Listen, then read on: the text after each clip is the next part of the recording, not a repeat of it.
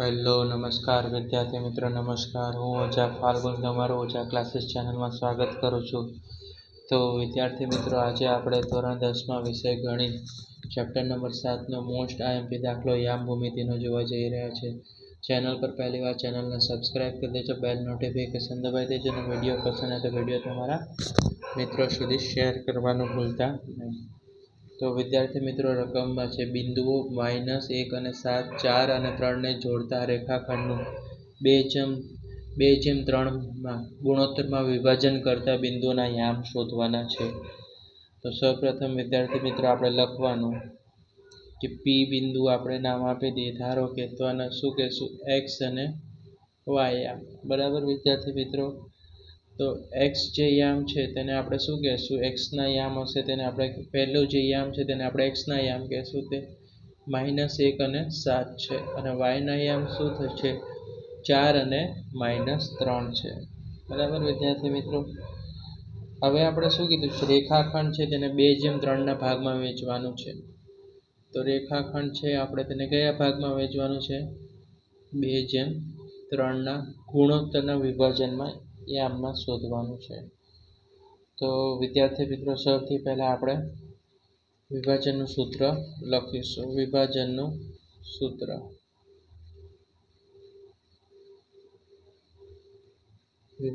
સૂત્ર છે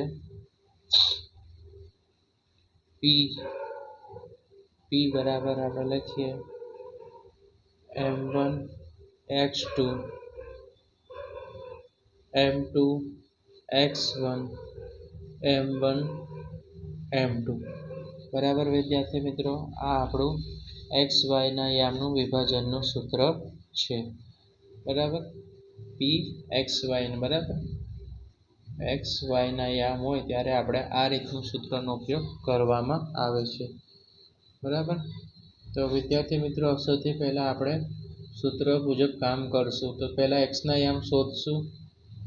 તો એક્સના યામ m1. તો વિદ્યાર્થી મિત્રો, તમને હવે આ જે છે આપણું શું બનશે? આ m1 બનશે અને જે 3 છે એ શું બનશે? આપણું m2 બની જશે વિદ્યાર્થી મિત્રો. બરાબર? તો સૌથી પહેલાં આપણે એક્સના યામ શોધશું. m1 એટલે કેટલા થશે? અહીંયા રકમમાં આપ્યું છે 2. x2 તો x2 આપણું કેટલું થશે? તો x2 છે આપણું 4. x2 કેટલું છે વિદ્યાર્થી મિત્રો? 4. અને m2 કેટલું થશે? 3. અને x1 કેટલું થશે? -1 થશે વિદ્યાર્થી મિત્રો. અને m1 વત્તા m2. m1 કેટલું છે? 2. અને m2 કેટલું છે આપણું? m2 છે આપણું 3. બરાબર વિદ્યાર્થી મિત્રો? આને કહેવાય x1 કહેશું, આને y1, આને x2 કહેવાય અને આને y2 કહેવાય વિદ્યાર્થી મિત્રો. બરાબર? હવે શું કરવાનું? ગુણાકાર કરશું.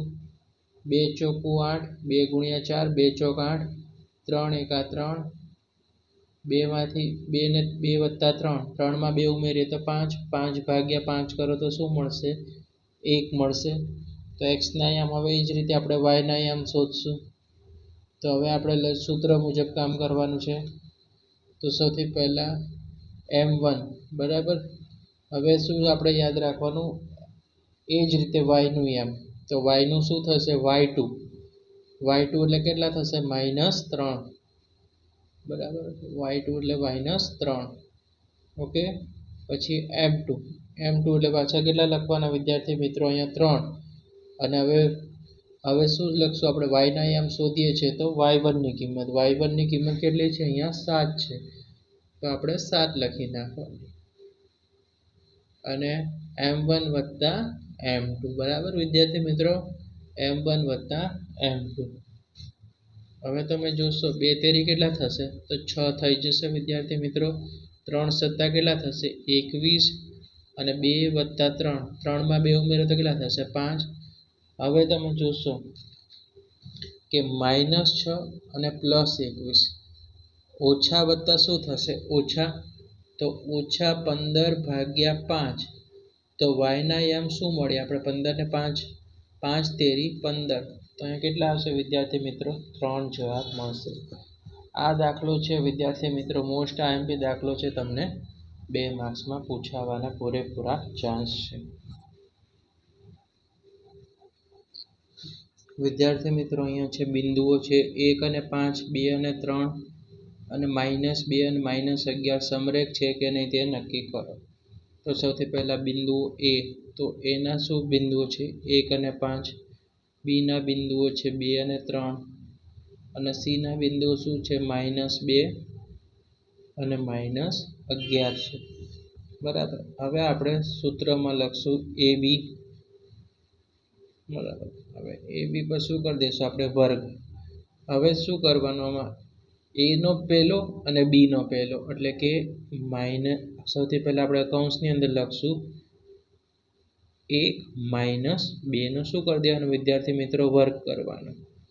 હવે A નો બીજો સભ્ય અને B નો બીજો, બરાબર. તો 5 - 3 નો વર્ગ, અથવા તમે એમ પણ કહી શકો x1 x2 y1 y2. બરાબર વિદ્યાર્થી મિત્રો, રાઈટ. x1 એટલે 1, x2 એટલે 2, બરાબર. y1 કેટલો 5 અને y3 કેટલો છે y2 કેટલો છે 3. તો હવે વિદ્યાર્થી મિત્રો શું કરવાનું કે 1 માંથી 2 જશે તો શું આવશે, તો 1 માંથી 2 જશે તો આપણને શું મળે 1, અને 1 નો વર્ગ શું થાય 1 થશે. 5 માંથી 3 જશે તો 2, 2 નો વર્ગ કેટલો થઈ જશે 4, 4 માં 1 ઉમેરે તો કેટલા થશે 5, તો 5 નું વર્ગમૂળ આશરે કેટલું થશે 2.24 થશે વિદ્યાર્થી મિત્રો આશરે. ઓકે, આવી રીતે તમારે કરવાનું છે. બરાબર, જે રીતે તમને ખબર પડે x1 x2 y1 y2 આ એનું સૂત્ર છે. BC તો B માં પહેલો સભ્ય શું છે તમે તો કે -2 છે. ઓકે, પછી અહીંયા શું છે C નો સભ્ય, તો તમારે અહીંયા શું કરવાનું અહીંયા માઇનસ છે પણ તમારે શું લખવાનું અહીંયા પ્લસ લખી નાખવાનું અને એનો શું કરી દેવાનું વર્ગ કરી નાખવાનું. એવી જ રીતે 3 છે એ શું થઈ જશે 3 આવ્યો B નો પહેલો સભ્ય અને C નો બીજો સભ્ય, માઇનસ છે તો શું કરવાનું અહીંયા પ્લસ કરી દેવાનું અને એનો શું કરી દેવાનો વર્ગ કરી દેવાનો. બરાબર. 2 નું વર્ગમૂળ કેટલું થશે 4 અને 3 નું 11 ને 13 કેટલા થઈ જાય 14, તો 14 નું શું કરવાનું વર્ગ કરી દેવાનો. શું કરી દેવાનો વર્ગ કરવાનો. ઓકે, 14 નું વર્ગ, તો 4 નું વર્ગમૂળ કેટલું થશે 16 અને 14 નું વર્ગમૂળ કેટલું થઈ જશે 196. 196, 16 માં 196 નાખો તો કેટલા થાય 212, તો 212 એટલે કેટલું થઈ જશે 14.56 આશરે. બરાબર, 14.56 કેટલું થશે આશરે થશે. હવે આવી જ રીતે AC નું કરવાનું. AC નું A નો પહેલો સભ્ય કેટલો છે 1, B નો શું થશે B નો +2 કરી નાખવાનો, રાઈટ. હવે C નો પહેલો શું છે 5, અહીંયા 11 છે પણ આપણે કેવા કરશું +11 અને એનો શું કરી દેવાનો વર્ગ કરી દેવાનો વિદ્યાર્થી મિત્રો.